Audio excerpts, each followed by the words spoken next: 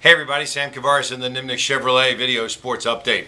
I know it's the easy thing to say, and Gator fans are happy. Obviously, they're undefeated heading into the Georgia game this coming Saturday, but I don't think Gator fans really know how good their team is. I think they're still wondering. Obviously, the win over LSU showed that they're tough, that they can win a close ball game, and that they have a guy who can run in a straight line downhill in Mike Gillislee, and they've got the offensive line that's built to do that. And they have a quarterback that has some speed and a pretty good arm when he can find open guys.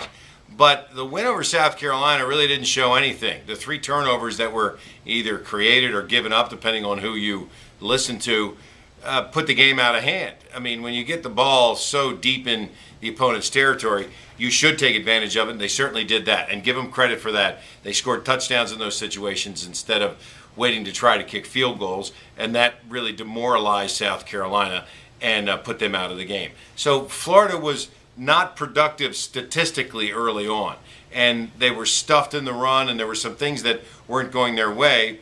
And if you're a Gator fan, you hope that they don't have a false sense of confidence about what they could do, because they ended up winning the game 44-11.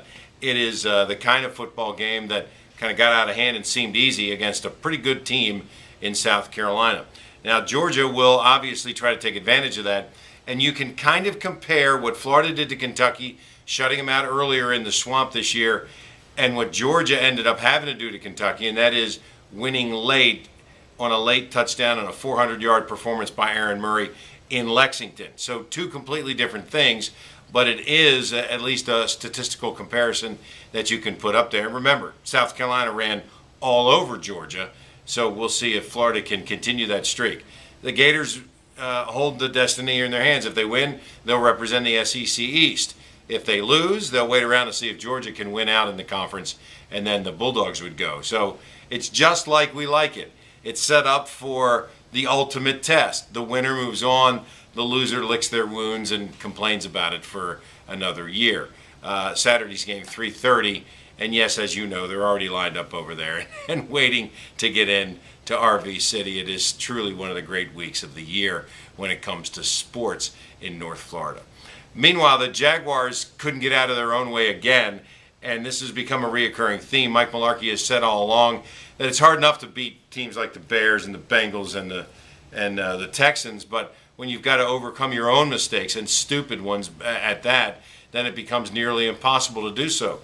I mean, Andre Branch's hands to the quarterback's head in the end zone is inexcusable. I mean, I know he's a rookie, but he's coached better than that. He's supposed to be smarter than that. The guy's a second-round pick. That's 2 times this year that as a rookie, he has had a penalty on 3rd down where the ball was going to be turned over to the Jaguars, and instead it kept the drive alive and led to direct points.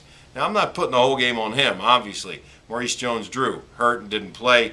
Blaine Gabbert was playing pretty well and had to come out of the game.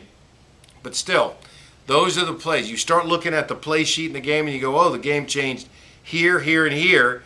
And Branch was involved in that one, and Aaron Ross had a chance to intercept that one ball, but didn't. And then they came back to him on 4th down, and he was called for interference, which led to the touchdown. You know, those are the kind of things that experienced players like Darius Hayward-Bay and Carson Palmer do, because they know you're not up to the task and you're going to make that kind of mistake. That's where the Jaguars obviously are trying to get. I will give Dan Fouts a little credit that he did consistently say that the Jaguars were a better team than people think, and he also said that they're a much younger team than people realize.